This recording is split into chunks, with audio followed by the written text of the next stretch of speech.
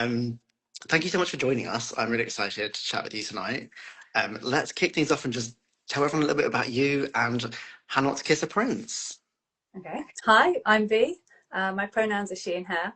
Um, I love writing, have been writing for ages, and I'm absolutely thrilled that I'm now going to have a novel out in the world so other people can start reading it. Uh, and hopefully they'll like it. That would be great, wouldn't it? So How Not to Kiss a Prince is a young adult rom-com. It's the story of 16-year-old M, who is hopelessly in love with her best friend, very secretly. And then her best friend, Carla, is elected to be the princess at the school leavers ball and then puts on a cursed necklace. So instead of just enjoying their last few days at school together, Em finds herself having to find a prince for Carla to kiss when she'd much rather be kissing her herself. We've all been there in different ways. Maybe not with the curse necklaces, but I feel Yeah, that like exact situation. it's exact. I mean, I feel like I just my life story on a page. What I love about this book, there are so many elements in it. Like, so it was packed full of like both like fantasy elements and like pop culture elements. How did you go about picking like the nuances of what you wanted from this story? Well, I guess I sort of lent towards fairy tales, and then it was like, well, what do I feel is fairy tale? What makes a fairy tale? And of course, there's loads of fairy tales, but they've all sort of got fairly similar themes, even across the world. You know, they've got their good versus evil. You've usually got an element of whimsy in there, and then you've got certain recognizable tropes. So I guess I just picked what really stood out to me is the kiss.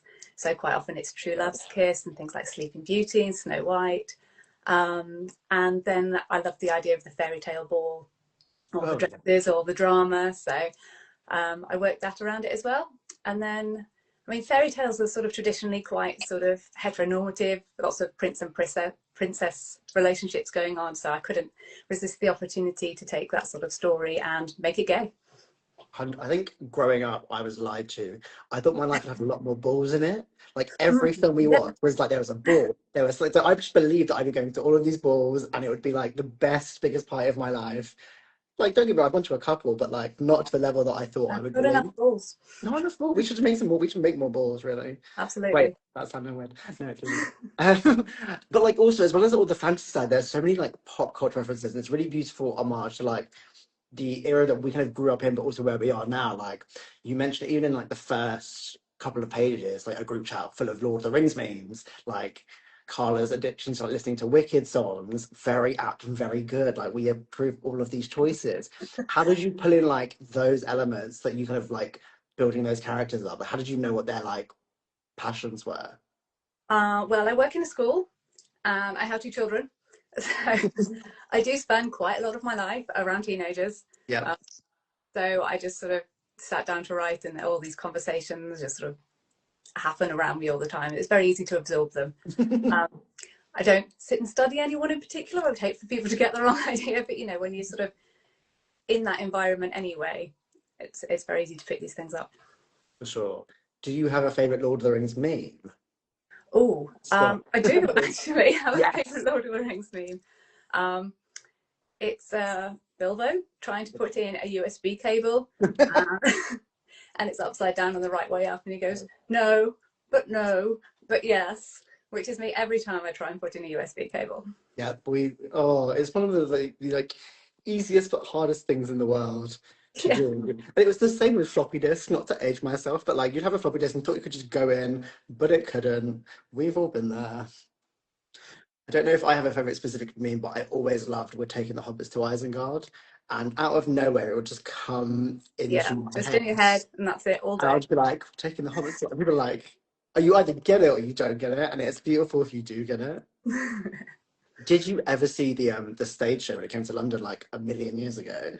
No, I didn't. They did a stage show of all three books. It was this most dramatic thing ever. But all I remember is Galadriel singing Lothlorien, and it's this big operatic number, and she's just screaming the words Lothlorien. And in my head, I do that sometimes, but I obviously can't sing. So people are like, "What are you doing?" And I'm like, "Just let me be. Like this is what I need." And I feel like the girls in the book would get it. Like, they'd understand that, and they would join in. They would really Absolutely. appreciate it. So you kind of touched on this briefly, but what do you think are the core elements that make a really good fairy tale, whether that be a classic fairy tale or something more modern? What do you think are the kind of core elements in that? Well, I already mentioned the kiss, Good. but I mean, not all fairy tales have them, but it does feel sort of like a fairy tale standard. But then I'd love to see some fairy tales sort of without romance. I'm sure you could do that. Yeah, I think some of the core elements of fairy tales are like things like the learning of the lesson and the quest, and all those things can happen without it having to be about a kiss or an endpoint that leads to the kiss. Because like people have now started to like retell really well, like a lot of fairy tales when they kind of cut the kiss out or they Yeah, change the way it means. And I think for me it's more about the significance of like the points on the way and the learning points, and then obviously having a really good villain to like really good counterbalance. villain. Yeah. Villains are like top tier, very important. And I feel like growing up, like you didn't side with them intrinsically, but you were like, that's a good song. That's I'm gonna keep that in the back of my head. Yeah, the Like villain songs. Yeah. like the songs were like kind of the best parts of those films, and you like they had the best numbers, and you'd be like, yes. Like Be Prepared from The Lion King. It's one of the best musical numbers ever. Like Well, poor unfortunate souls. Four Unfortunate Stars, yes. Just Maleficent being Maleficent for the whole film. Mm-hmm. Even like The Sword and the Stone, The Witch and the Sword and the Stone, like, yes. Just so good. So we're kind of branching into that. What were your experiences with fairy tales growing up? Did you come to them from books, from classics, from the Disney side of it? A mixture of both. Yeah. Love books. Big reader. Had lots of books. Still same. That hasn't changed. And I was also a Disney girl, so yeah, lots of Disney princesses. Although actually, my favourite Disney film had to be Peter Pan. That not Really? technically a fairy tale, but yeah, it's got I something. mean, it technically is in its own sort of way. We'll take it. Okay, Peter Pan then. Why Peter Pan? That's really interesting. I don't think I've ever heard that. I love that. Oh, flying off to a magical land. Come on. Okay. I think I've been like really indoctrinated by like TV shows where they like twist the Peter Pan myth, and I'm like, interesting. No way, I'd take it. I think mine was Beauty and the Beast, and then I found Hercules, and it became Hercules. I love that film. I was a big tape listener to like, especially the Disney versions of tapes, and Mhm. I'd put it in and have to play it over and over and over.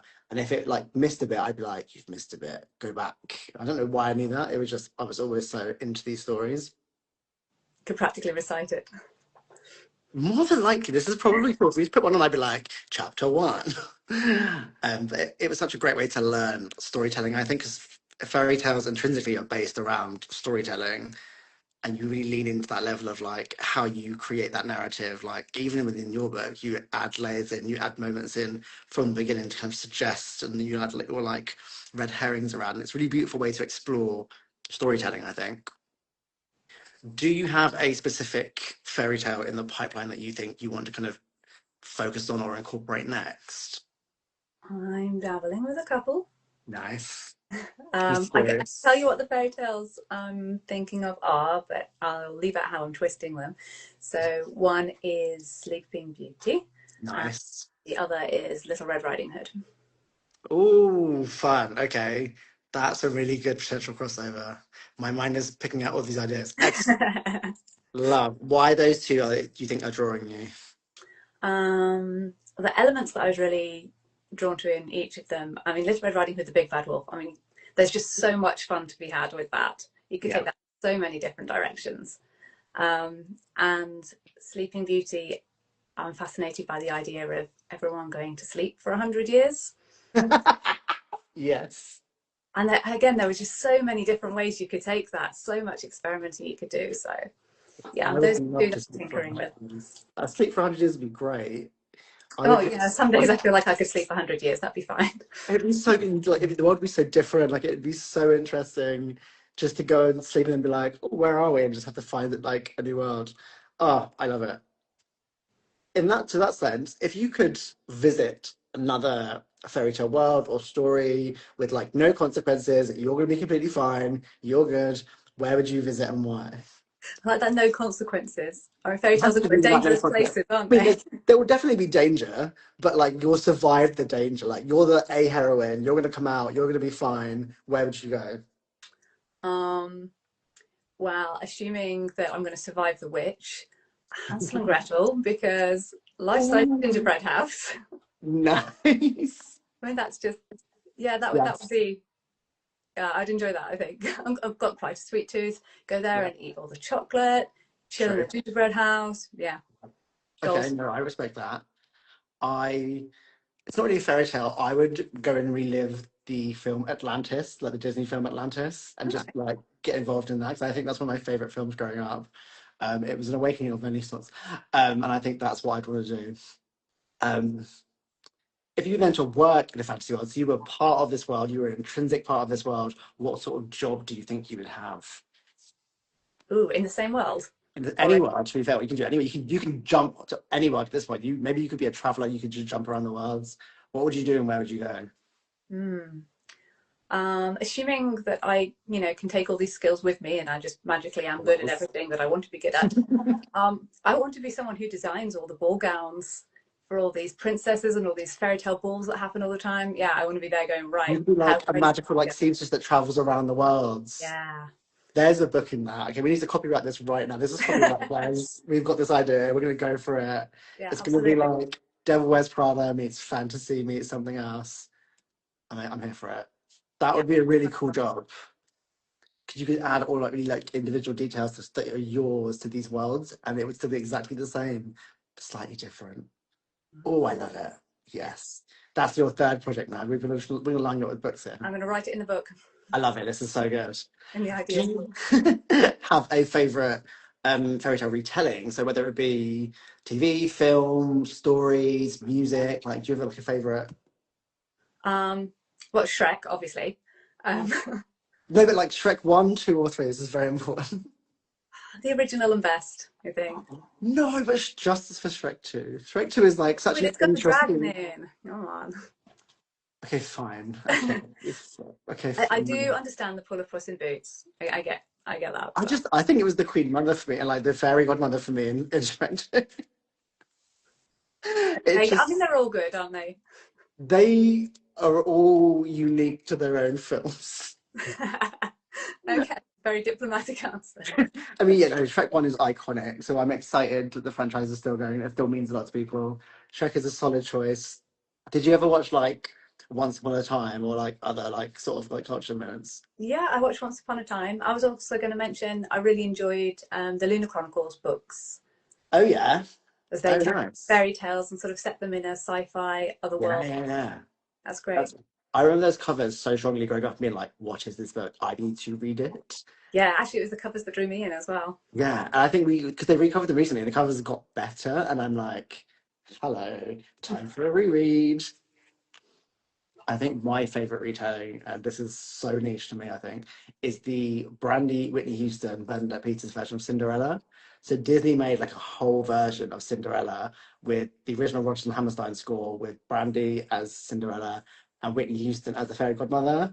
It is one of the best things. I watch it like maybe like every other month now. I put it on when I get home and I'm like, cool, this is I fun. need to look this up. It's so good. It is so camp. It makes no sense. Whoopi Goldberg is in it. Whoopi Goldberg is the prince's mother. Like John Cheese is in it. Like it's just some of the best Haven't I films. seen this? This sounds great. Like genuinely, I make everyone watch it. And they're like, "Why are we doing this?" I'm like, "Cause it's amazing." But I think what the good thing about like TV shows like Grimm or Once Upon a Time is that they really take and then elevate and they find new ways to explore those stories. I remember people liked it. We love to like not hate on Once Upon a Time because it was of its time and it was a very interesting TV show. But I think we all built a communal following of understanding that we still love it and that we love Hook. And that is a great show. Like anything can happen, you'd be like, that makes perfect sense. Was it several seasons too long? Yes, but makes it better for it. Like it was a great show. um your book, as you said earlier, is a rom-com. It feels like a very nostalgic rom-com, like the 2000s rom-coms that we grew up with, that we loved. Oh, it was like a warm blanket of like, this feels familiar, like best friends, living next door, unrequited love, like saying yes to everyone's whim, which we're all guilty of. Do you have like a favorite rom-com moment, whether it be books, whether it be film, TV? Oh, yeah. Yeah, the one that's coming to me is 10 Things I Hate About You. Yes. When he sings I love you, baby, into the microphone. You can't beat that. That is the grandest gesture. That's so good. Yes, such a great film as well. Like a film we need to keep alive. There are Yeah. so many films from that era that we need to keep alive and keep going because kids today just don't understand, right? You don't understand. These were the best Yeah. films, and they like formed our lives. All these rom-coms that were around like 20 years ago, they just need to keep going. They stand. It even like I the one that I always go to. That I didn't even like. I've never even actually really seen the film end to end. Like in Notting Hill, when they're in the bookshop, and I'm like, I understand this. As an adult, I'm like, I understand these feelings now. As a kid, I was like, what is this film? Now I'm like, I get it. Don't like. But I miss the style of 2000 rom-com. I think we need to bring it back. I think we need to be silly again and just enjoy like the cheesy, like She's the Man, It's a Boy Girl thing, like all of those like iconic films that were just so silly but like so good. Did Agree. you have a favorite like moment in your book that like in terms of like rom-com the genre? Did you have a favorite bit when you were writing or like thinking about like the story and plot that you really want to put in? Like, is there a bit that stands out for you? Hmm. I don't know. Hmm. Tough Interesting questions. question. Yeah. Um, I don't want to give too much away It's a good either. thing with spoilers. Yeah.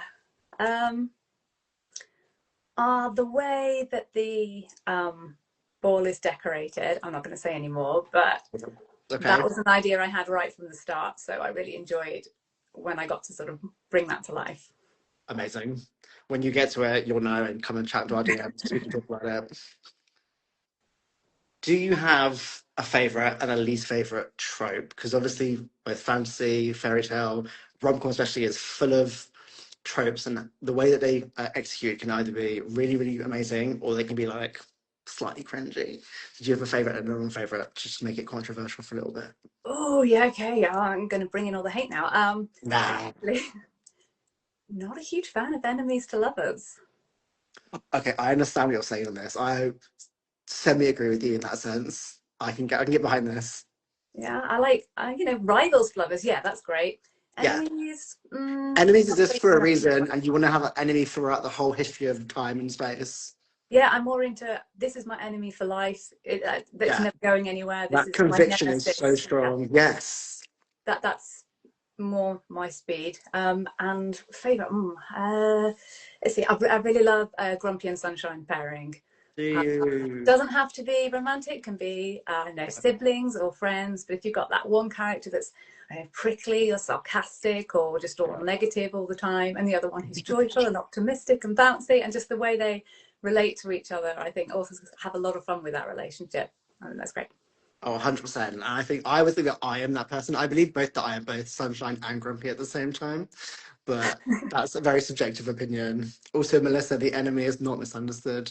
This is not as true. We are pro enemies being enemies and Yeah, rivals. Because rivals are really interesting because it's a rival, so you have mutuality, you have the tension, but you have it in such a different way. I yeah, think there's more to explore in that than there is in like being like mortal enemy. Now I'm in love. yeah. It's sort of subtler, isn't it? Yeah, there's so much more you can kind of like lean in and like tease as you go along. And that's the joy of a rom com. You want like the moments and the paces and the beats to kind of like, oh, they're gonna get there. You wanna shout at the TV basically. Yeah, Whenever I read a book or like a film and I'm like shouting at the TV, I'm like, this is what I want. yeah. That kind of drama. Yeah, exactly. Like I think I'm glad you get it.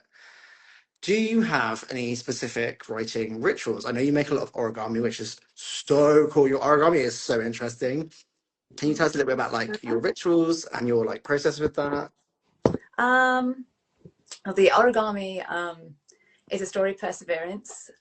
If anyone has ever tried to get a literary agent or a book published at all, it's incredibly difficult. Um, and basically, all that origami, I'll just move you again, that's up on the wall behind me So cool. are all the times that I got turned down for How Not to Kiss a Prince before it got to be published. So there's all the people that have lost out. I feel sorry for them. Um, but Yeah. it just goes to show that you just need to keep going, not give up. Um, and that sort of ties in with the way that I write. I guess the routine that I have is I have a set routine for writing. So the same times every week, the same days, same as if it was a job that I go to and I've got a schedule. Because it's something that I want to do, so it's something I keep working at, and I can't just go, oh, I don't feel like it today. No, that's not happening. I'm sitting down and I'm writing. That's what's happening now.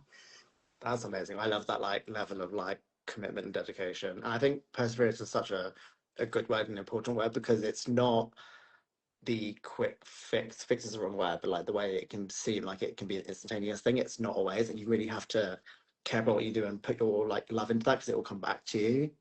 Do you have like what would you say to yourself at the beginning of your journey to where you are now? Like what advice would you go back and give yourself? Ooh, it won't be that book yet. Yeah. Oh my God. Yes. So Because much. I've got 4 books written. If any publishers are out there listening, and I tried a different book first, but it wasn't the right book. This book was the right one to be first, and Yeah. that's okay. The other ones are going to get their time. Yeah. So it's devastating as an author when you try something and it doesn't work out, but it's just not the right time. I'm convinced of that. I think that's a really universal message. Like, we speak to so many authors who all of them say, well, like, I tried one, two. Some people have written like 10, 15 books and it just doesn't find their time in that moment. But then something one time spark and like a flame, and then that will lead on to some other things. So it's really good just to really enjoy. I think if you enjoy it and you've written it for you and it's there, it's never going to go away, and you can share that however you want to share it with people. Yeah, and you used a great word there, enjoy. If you enjoy writing, you're going to keep doing it anyway. If you don't enjoy writing it, yeah, why are you doing it? Yeah, I mean, some of us have like the stories in our head, and you're like, you have to get it out on paper. I just want it out because it's like it's there, and it needs it to be somewhere else.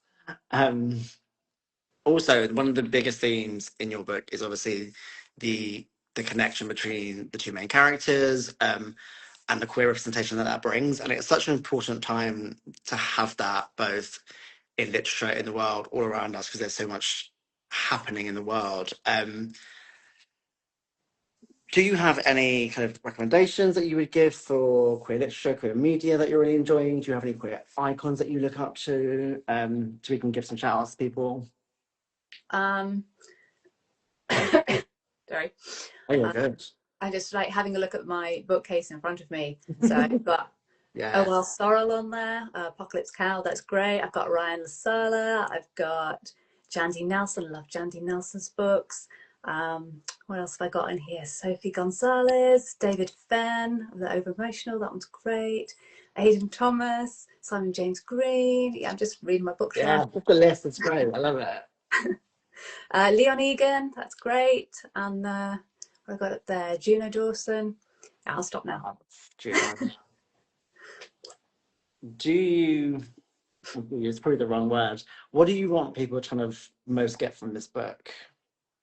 I want people to read this book and feel like they belong in it. Yes. I think they'll get that. I think it's a really heartwarming. There's joy in it. There's angst. There's all the things that we feel plus more. Like it's a really heartfelt journey that I think we all can take something from. So you did that. Whatever happens, Great. you did that. Um, Purely because we are going to Camp YA very, very soon. If you were to take one book and one book only to camp with you to share with somebody else, what book would you take? It would be The Gentleman's Guide to Vice and Virtue by Mackenzie Lee. Oh, why? That book. It's so silly. When I started reading it, I wanted to be above it because it was so silly, but I was just laughing at every line. And I just wanted the characters to get together. I wanted them to succeed, even though they just kept failing so badly. I just have such a good time reading that book. I don't often reread a book, but I have reread that one. I would recommend it. Rereading is great. Like I have to give it a couple of years, but like sometimes I just want to reread something that's really familiar and like really heartwarming. Yeah, you want that comfort. Yeah.